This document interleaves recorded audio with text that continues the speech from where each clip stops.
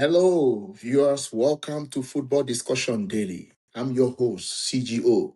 Please endeavor to subscribe to our YouTube channel. Follow us on our Facebook page, on Instagram and TikTok, and other platforms as well. Thank you very much. Today, we'll be doing a preview of games that will be played on Tuesday, June 23rd at the ongoing FIFA World Cup. That's going to be match day 13. There are many interesting games that are lined up for match day 13. Portugal will be playing against Uzbekistan. That game is scheduled for 1 p.m. Eastern time, and it's going to be played at the Houston Stadium. That is a Group K clash. And the second game for match day 13 is going to be the game between England and Black Stars of Ghana. They'll be playing at the Boston Stadium. That's a Group L game. And then the third game for match day 13 is the game between Panama playing against Croatia. The kickoff time is 7 p.m. Eastern time. It will be played at the Toronto Stadium in Toronto. And then the last game for match day 13 is going to be the game between Colombia playing against DRC Congo. That game will be played at the Guadalajara Stadium in Guadalajara, Mexico. So that's where that game is going to take place. So these are very important fixtures, and I know it's going to be a very interesting one. Now, for the game between Portugal and Uzbekistan, there's a lot of pressure on the Portuguese team. Haven't played a 1-1 draw in their opening game against DRC Congo. I think a lot of people were very disappointed in the Portuguese team because this is a team that is being taken. They are one of the favorites to lift the World Cup for this 2026 competition. Seeing them playing a draw in their first game wasn't a good one. So I think they would like to redeem their image playing against Uzbekistan. Uzbekistan, this is their first appearance at the World Cup. Their first game against Colombia, the Colombians defeated them. When you look at the quality of players Portugal has, one should expect them to at least get a win in this particular encounter, at least to boost their chances of qualifying to the round of 32. So for this game, I believe the Portuguese will have more possession of the ball for sure, like we saw them do that against DRC Congo. For the Uzbekistan team, they will most likely play a compact low block against the Portuguese. I don't see them playing toe-to-toe against the Portuguese. What they will try to do is to play a compact low block and then try to take the Portuguese on a counter-attack. That's the kind of tactical approach they want to deploy for this kind of game because they don't have the quality of players that can really have more possession of the ball. That will be very difficult. But the Portuguese have players like Vitinha and Naves who can hold on to the ball, control the tempo of the game, and they can easily move the ball forward, try to support the attack, and also when it's time to defend, they also support the defense. So they are players who are very good when it comes to controlling the midfield, controlling the tempo of the game. I don't think the Uzbekistan team has that kind of quality. So they would like to play to their strength, which is trying to be more compact defensively and then take do some counter attacking against the Portuguese so that hopefully they can get a goal from there. So that's what will most likely they'll be banking on players like Abusbek, Fesulev, and Eldor Shomorodov to help when it comes to making dangerous attack against the Portuguese. So And then in the defense, they'll be banking on the Manchester City central defender, Abdulkadir Kozenov, to help to stop the threats that will be coming from the Portuguese. So the Portuguese, Cristiano Ronaldo will be the striker for the Portuguese team. We should have Bruno Fernandes playing as the playmaker of this team. We might see Dalot playing from the right side of the fullback. We might most likely see Nuno Mendes playing from the left side. Uh, but that's up to the coach to decide. But we know for the double pivot, it's going to be João Neves and Vitia. They will be the one playing that particular role for the Portuguese. So for this game, the Portuguese are favored to win this game. They are favorites when you look at the quality of players they have.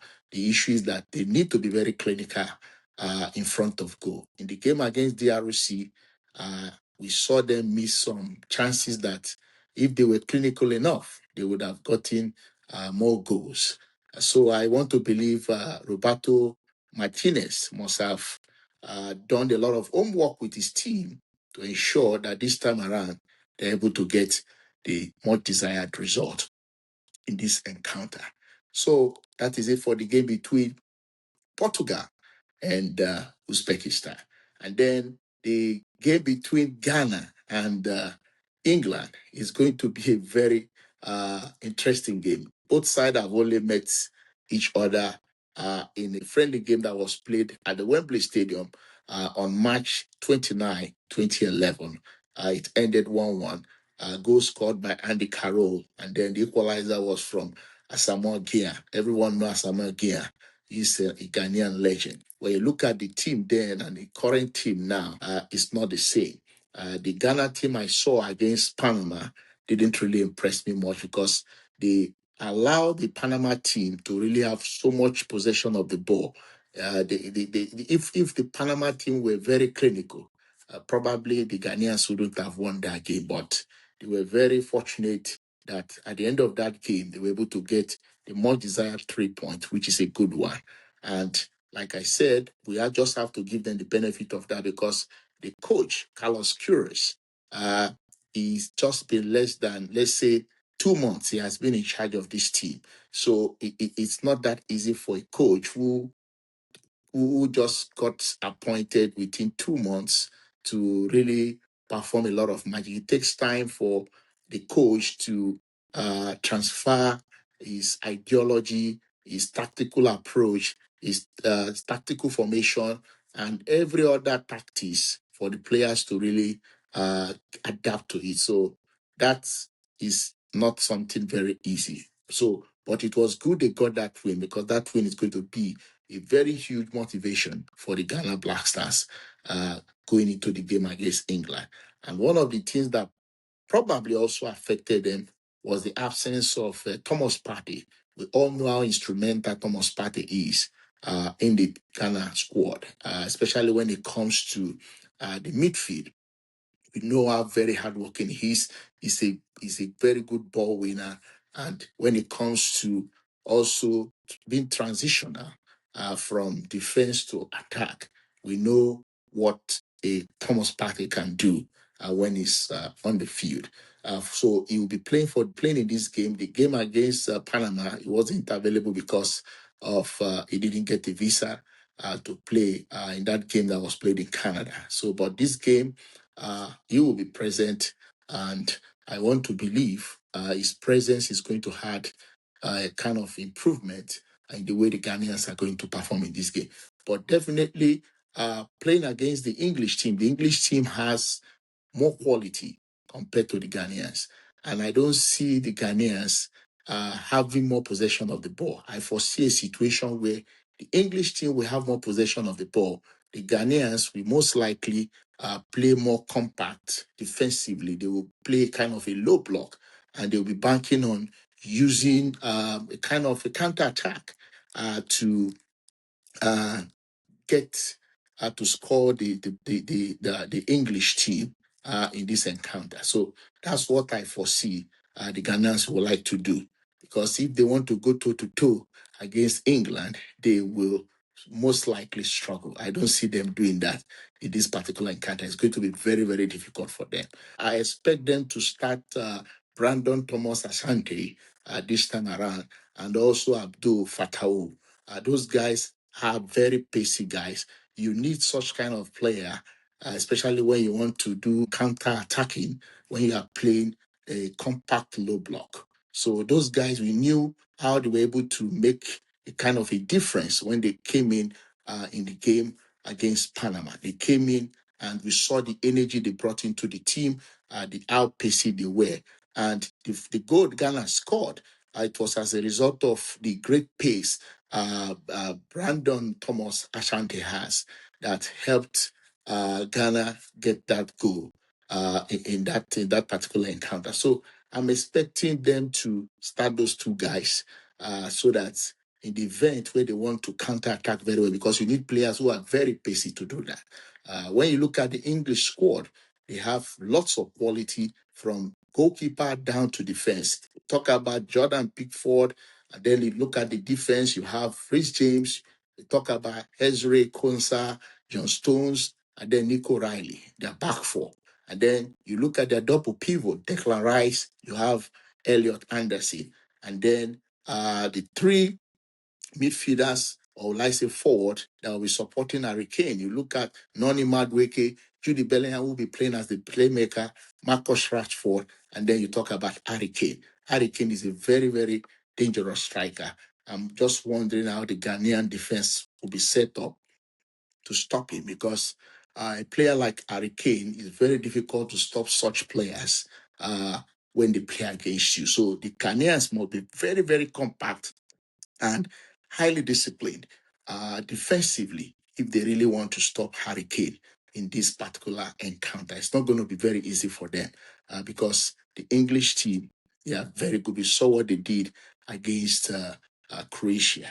But one thing again is that the English defense is a bit shaky when you look at the way they played against Croatia. So Ghanaians can exploit that if they do things right and if they are being clinical. Because if you are playing as an underdog and you get opportunity, you just have to combat them. If you don't combat them, then you have yourself to blame at the end of the day, because teams like these that are favorites, they always have a way of grinding out results. That's how it works. So wait and see what happens, but definitely England is their favorite to win this particular encounter against the Ghanaians. But the Ghanaians, if they do things right, they improve on the way they played against Panama, because that performance against Panama wasn't that very good. So they need to improve on that if they want to stand a chance to win or to get a draw against the English team. But based on current form, based on pedigree, the English team are favored to win this game. So that is it for the game between England and Ghana. And then Croatia will be playing against Panama. Croatia are favored to win this game. Um, I'm sure the Croatians with midfielders like Luka Modric, well, they will most likely have more possession of the ball. In this game, you have Kovacic also in this team. They are favorite to win. When you look at their World Cup pedigree, they have a better World Cup pedigree than Panama. Though Panama played very well against Ghana, they were more possessive than the Ghanaians in that encounter. One of their biggest problem was not being clinical enough. That's one thing that really affected them, and they ended up losing to the Ghana Black Stars. So if there is no improvement on the way they perform in the final third, that's going to still be a problem for them in this game, especially if they try to go toe to toe against Croatia in this game. They will most likely be exposed at the back, and the Croatians will exploit that. So I don't know if they will approach the game the way they approached the game against Ghana in this particular encounter. Building from the back, I don't think the Croatians will allow them to do that, because the Croatians know how to press. So their high press won't really give them that opportunity to really build from the back like they did against the Ghanaians. So Panama has to come up with a new system if they really want to get something out of this particular encounter. This Croatian team that I saw play against England, even though England was able to subdue them, but this Croatian team has every capability of scoring goals. And they have a very good goalkeeper who is very, very outstanding. We saw he made lots of outstanding saves against the English team. So for this game, I will be predicting Croatia to get all 3 points in this encounter. So that is it for that. And then for the game between Colombia against DRC, that's going to be a very tough game. I think that will be one of the most interesting game to watch because we saw the Colombians, the way they played against Uzbekistan, and they were able to get a convincing 3-1 win in that encounter. DRC were able to get a draw against a highly rated Portuguese team. This DRC team, defensively, they are very good. And then when you look at Colombia, attacking wise, they're a very good team when it comes to attacking.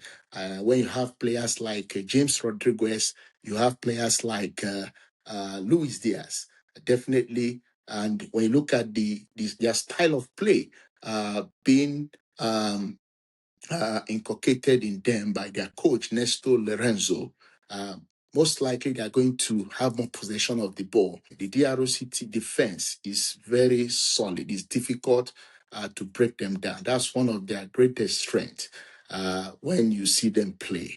DROC most times, they always very good when it comes to set pieces.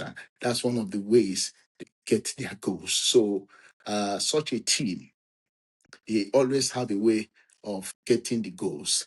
And if the Colombians don't defend very well against DRC, DRC might find a way to get the goal. And that would be a very huge problem for Colombia. So it's going to be a very tight match. It's not going to be easy for the Colombians.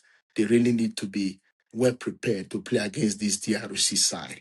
This DRC side has very good defenders like Chancel and Bemba, and then be supported by Haxel Twazembe.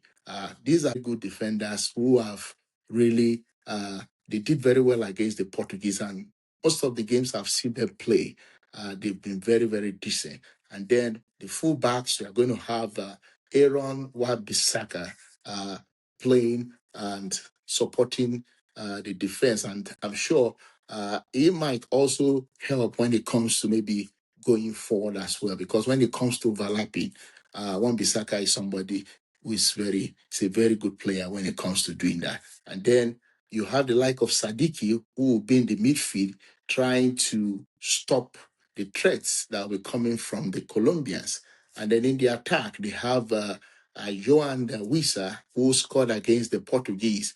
And then we also have Cedric Bakambu. So these are the guys that will likely play for DRC as they confront the Colombia. So it promises to be a very interesting game. For this game, I foresee a draw in this particular encounter. That's what I foresee. Please, you can share your own prediction. You can share your own thoughts. Let us know what you think. You can put it on the comment section. Thank you very much for watching and do have a wonderful time. Bye for now.